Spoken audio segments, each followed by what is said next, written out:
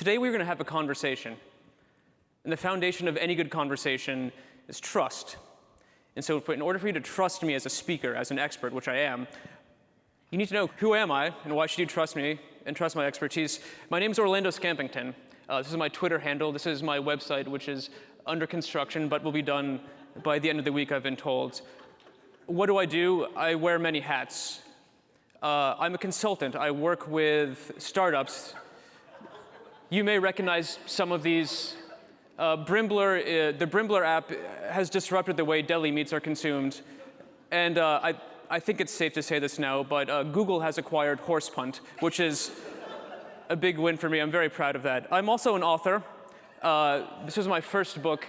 It is used in colleges across the country. It's very popular. And if you know me for anything, it's probably my New York Times bestseller, Milk, Milk, Lemonade. Around the corner, existing assets are leveraged for improved ROI. I'm a speaker. You know that. I'm on stage speaking to you. These are some of the TED Talks I've given in the past year. You can find them on TED.com, YouTube.com, and the internet.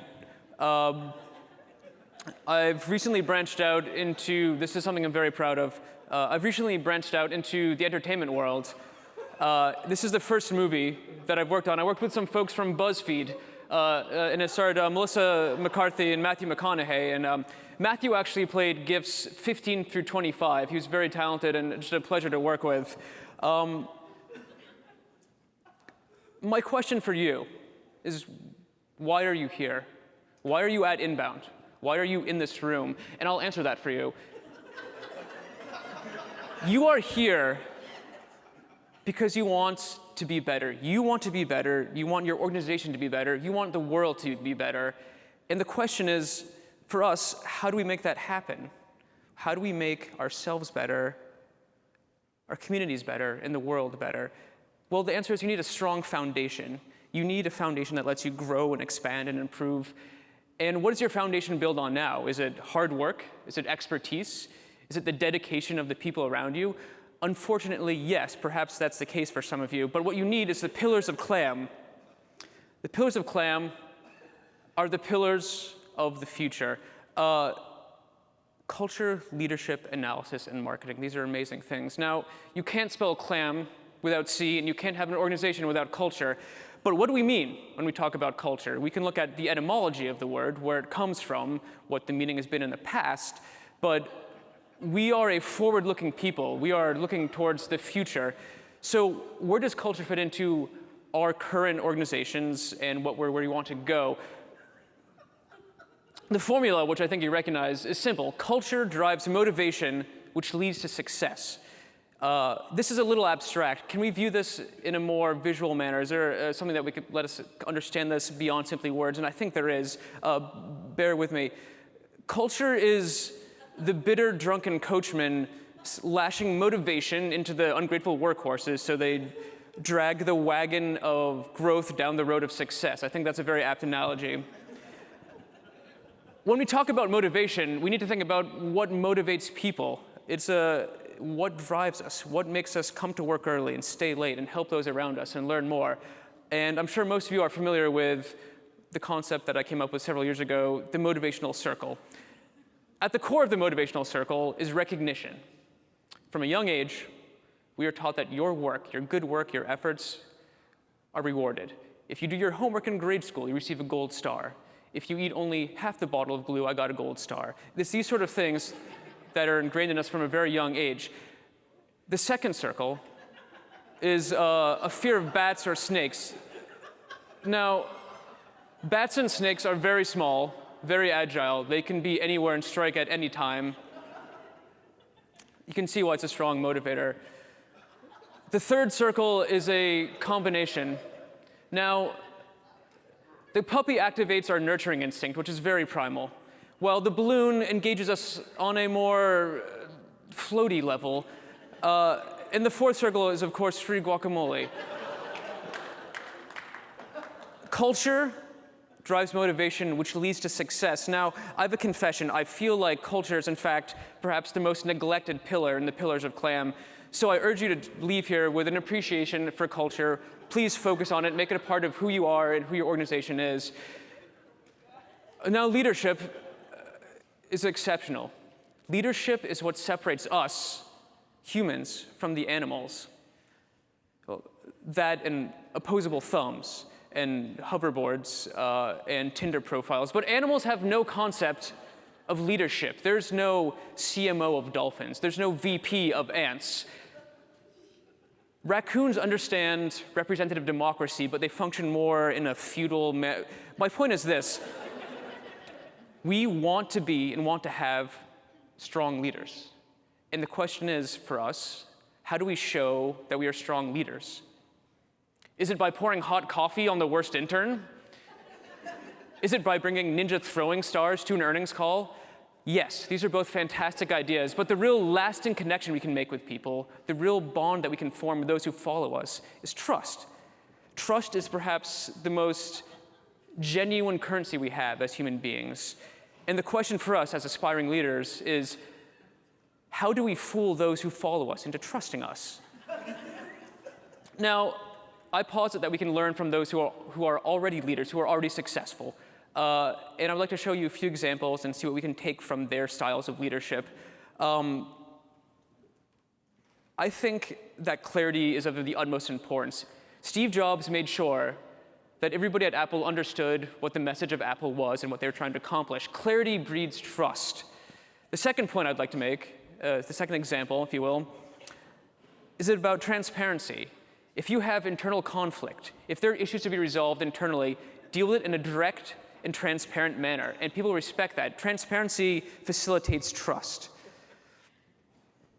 This is perhaps the most difficult concept, and it's a concept of accountability. As a leader, to be trusted and to be strong, you have to accept your decisions, whether they are good or bad, and accountability is important. Accountability leads to those who follow you trusting you. Expectations. You can set high expectations for those who work with you and follow you.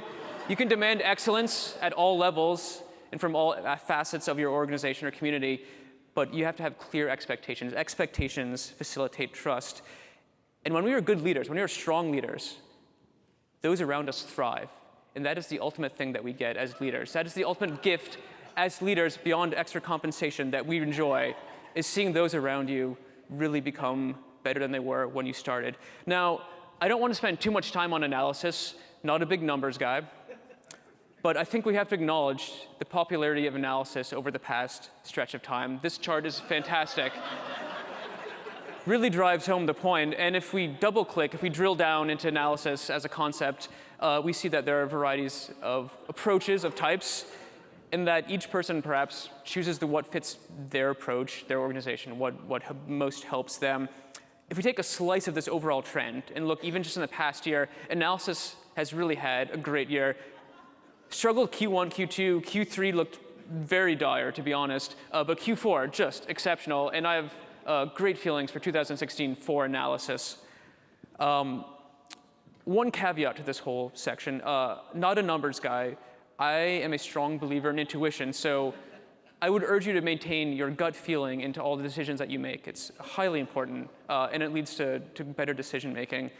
Now, I reach the marketing section, and I can hear you thinking, Orlando, we're at Inbound. We know marketing. We are the best. We are the cream of the crop, and I'm not going to argue with you. For example, I don't have to explain to you the zone of persuasion. You understand this concept. You know that good marketing involves steering prospects into the zone of persuasion. This is not new news to you, and I respect your talents and your abilities and your experience. What I would like to do instead is to look at some key moments throughout the history of marketing that perhaps give us a sense of where we've come from, and then maybe in some way give us a sense of where we're going. These are just sort of important moments I think it's worth considering in the long, long history of marketing. So let's start with the first blog post, which was 2000 BC. Why do we share? Why do we post log posts? The answer is that we want to be validated. We want to know that our opinions are perhaps being shared by those around us, that we are perhaps putting something useful into the world. Now, the first log post was simple. It was this. What's up with the animals? Am I right? And we don't know who wrote the first log post. We know it was this gentleman. We don't know his name. But this first log post, or this first logger, if you will, it seems like a very harsh post. What's up with the animals? Am I right? But again, you consider the larger context of the situation, and his post makes more sense. The animals look very organized and aggressive. 1476, we find the world's first embedded content. Now, the biotapestry documents in amazing detail the Battle of Hastings, which was a turning point in European history. But within these moments of battle and sailing and animals of some variety, we find the first case of embedded content. And for those who can't read, it says, 10 manners by which to improve thine horsemanship. This gentleman's a terrible horse rider. Within the same tapestry, there was also some more editorial content, which was not successful, but it was part of the tapestry. Now, this last instance I want to look at, I think, is maybe the most relevant to those in the room. It's the first tweet, the start of Twitter, which of course was in 1903. Kitty Hawk, North Carolina. May 14th. This was an amazing day for humanity. This is where we left the earth. We shed the shackles of our earthbound existence and took to the skies. And that is amazing. But more importantly, the world's first tweet, which, to be fair, has aged very well. It still looks like it's in excellent condition.